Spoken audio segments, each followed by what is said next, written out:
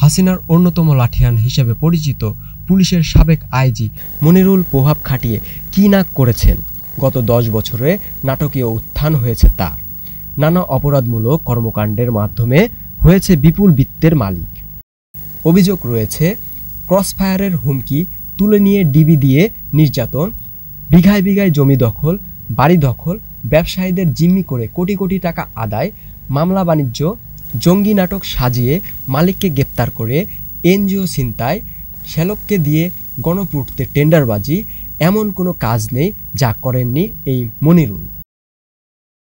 জঙ্গি দমনে কাজ করা এই মনিরুল নিজেই জঙ্গিবাদে অর্থদাতা হিসেবে পৃথিবী জুড়ে নিষিদ্ধ ২টি এনজিও পরিচালনায় জড়িয়েছিলেন।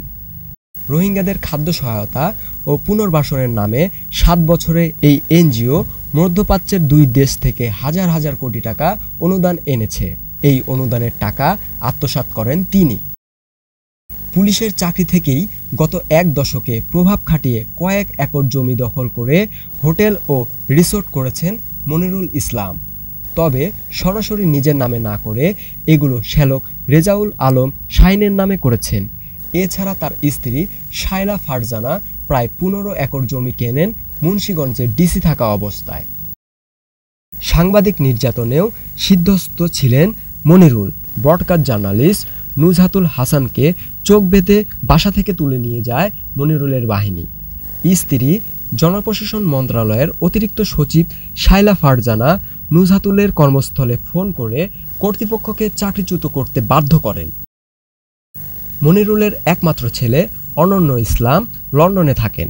লন্ডনেও ছেলের নামে ব্যবসা চালায় মনিরুল। মনিরুলের ঘনিষ্ঠ বন্ধু সিলেটের সদ্য সাবেক মেয়র আনোয়ারুজ্জামান আনোয়ারের ব্যবসায় মনিরুলের বড় অঙ্কের বিনিয়োগ রয়েছে। নানা অনিয়ম দুর্নীতিতে জড়ানো এই পুলিশ কর্মকর্তা মনিরুল হাসিনা সরকার পতনের পর গা ঢাকা দিয়েছেন। দীপক পাল, ২১শে টেলিভিশন।